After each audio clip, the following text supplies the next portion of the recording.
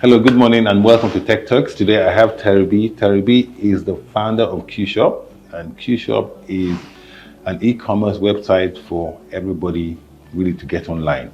Tarebi, welcome to Techturks. Thank you for coming. Thank you for having me. Okay, so before we start, before Qshop, I understand Qshop started in 2020, and we'll get to that, and we probably know why.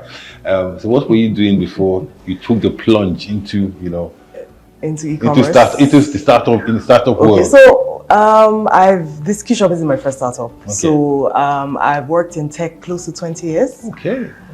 Before Qshop, I had a software company, and we built custom solutions, work with public sector, work with private sector. It was nice. Okay. It was now what's not great about building custom solutions is you don't have much control over what you're building. So sometimes you have exciting projects, sometimes you have boring projects.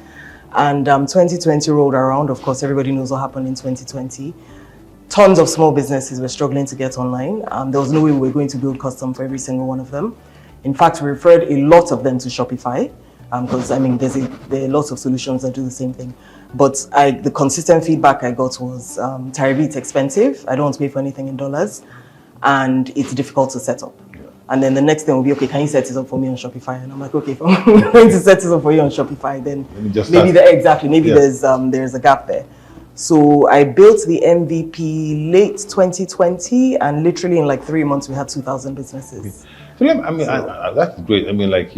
Sometimes one thing that I realized that you build a great product, and then getting people to onboard those people. Right? So I can imagine a 2,000 great number. Yeah. I'm sure you envision much more than that. Of course. As well. So what kind of challenges do you face? Do the small businesses face in transitioning to e-commerce? Okay. Yes. So there are a few. So one, there's a big knowledge gap. Because for most Nigerians, when they think e-commerce, they think the Jumias, they think Kongas, they expect that we're a marketplace. So the expectation is I'm going to add my products and I'll blow, and that's it. Yeah. The next question is, so Qshop, before I even get to the journey. Yeah. You have people today that they say, they use Instagram or they're Facebook, and that's enough for them. Yeah. And so why are e-commerce? So why Qshop? Why Qshop? Why Qshop? So e-commerce, rather Instagram, WhatsApp is great. If you're just starting out, you're trying to get over the trust barrier. People want to chat with you a bit. How much is this one? Am I sure you're real? Is it a scam? But then as you start to grow, and you're getting to a point where you've put in the work to grow a following on social media, you can't keep up. You don't have your customer data. You don't have sales reports. How many people are disciplined enough to sit at the end of the day to extract all that data to save it somewhere? Nobody does that. So where Qshop comes in is it helps make that transition from a social media seller to now proper e-commerce, where you can receive payments locally and internationally. You have your records, you can run proper digital marketing campaigns, things like that. Okay. So and then you have the opportunity is great, but then I see people like Flutterwave, Paystack, they're also trying to do the same thing. So what differentiates you from them?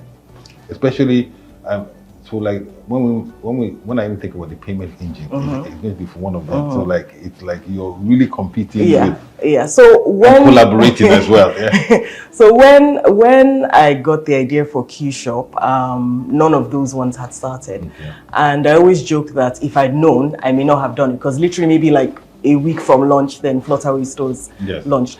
But the interesting thing is that because we're an independent platform, we're able to give the small businesses more flexibility. Yes. So if you come on Qshop, you can receive payments with Flutterwave or with Paystack or with Stripe or with Providence Bank or whoever we integrate in the future. And then what Flutterwave particularly did that was great for us, because they did so much marketing. By the time we're reaching out to businesses, they're like, oh, okay, like Flutterwave stores, I get it. Which I always say is actually one of the great things when big companies try to come into that space. They reduce your marketing effort. Absolutely. That education. So walk me through. Through that. What type of businesses generally do you think is ideal for Qshop ideal for? Qshop supports all retail businesses that sell physical and digital products, as long as it's legal, of course. We don't do too well with services. We probably will support that in the near future. But for today, across all categories. So where we're really seeing businesses do big numbers are fashion and home appliances. And it's interesting how like there are so many businesses you've never heard of before, and then you look at their reports and you go, oh wow, like you're doing all of this and no one has heard of you before. So there are lots of businesses that are let me quite well. let me just give a typical example or question. Okay, today, so I have a lot of stuff that that look at. I like to test a lot. I buy some stuff, I use it for 1 week, I get tired of it, and then I just want to sell it. But now, I mean, I want to sell, or I want to give it away. But when you give away stuff to people, they might give it to somebody else. And so I want to give it to people who, and sometimes pain is actually a good reflection of intent to use. So if let's say I want to set up a second-hand shop business, right? How does that work with How would that work? So we do have a number of businesses that focus on selling thrift clothing. Okay. I wouldn't say that we're ideal for like a part-time, like, okay, I just want to do a garage sale and clear some things in my house, because it's even though it's really low friction, you do still have to put in some work to set up and properly. You don't need any technical knowledge, but by the time you're putting in your inventory and enabling payments and doing KYC, if you wanted to sell a few things in your home, you probably don't want to go through all of that. Oh, you do? Okay, then great. Yes, I do, because I want to keep so like you said, I want to know who bought from me. Okay. Who wants to buy from me again, or I want a mailing list. I want to create a mailing list, and I just want to see that sales report, especially from a tax perspective. Okay, so in that sense, then we're perfect for you. So you would go to our website, qshop.ng. You put in your personal details, your business details, select the payment providers you want to use. Can you create like domain names, or do you could buy the domain name through us, or you can connect your existing domain name. Okay, fantastic. You can integrate your other analytics tools. So say you already use Google Analytics, or you have a Facebook Pixel ID, things like that you could integrate. If you don't have any of that, there's really some exciting stuff under the hood. Under the hood, zero technical knowledge. Under the hood, you've done zero technical knowledge. And then you once you do your KYC, which is like in minutes, you're good to go. So you can start selling. So when you say KYC, can you explain that? So we have to verify you're real. Okay. And you're not a scammer. You're not a scammer. You're not using stolen credit cards to buy from your store. I think we have seen some cases like that. So because I mean, like going back to like when you talk about, I mean, one of the things I've noticed about Instagram, which is great as well as a quick sell, I mean, display, is also you don't actually what you saw is not what you bought. Absolutely. Kind of thing. Absolutely. So that is another disadvantage. Absolutely. Of that. Absolutely. And I think another thing a lot of Nigerian shoppers don't realize is that, so they're all skittish about putting their card details online, but what they don't realize is if you put your card details online to pay for something and you don't receive it, or what you receive is wrong, you can actually report it to your bank and you get a refund. Of course, yes. But when you do a bank transfer, it's like, it's definitely. But I mean, I think Nigerians are more conversant with bank transfers because they remember their account, they remember their account numbers. But then again, the problem, you don't know where you're transferring from. Exactly. It's not as sophisticated as cards. Exactly. But that's why that's one of the reasons we did the integration with Providus, because that allows you to receive bank. If you're more comfortable doing bank transfers, then Okay. So if I started that and had all my information, which is my KYC, all my events, your products, your product descriptions, so like your pricing. from the minute because I entered Qshop this morning, when I start here, so I actually put my name and my email. So like how long would that process take me? If you have everything ready, literally you can be up in 10 minutes. Literally, you have your product pictures, you have your descriptions, you have your prices. Typically what happens is we find when they are setting up, they speed up and then it gets to products and radio silence. Radio silence. So what we did was we did an integration with Meta so that they can import from Instagram. Because we recognize that a lot of these sellers are coming from Instagram. So you probably already have your product pictures on Instagram. You connect your Instagram account and pull in your pictures. So that has helped. So you're in a space where, you set up in 10 minutes, you receive, your subscription is in Naira, which is a positive.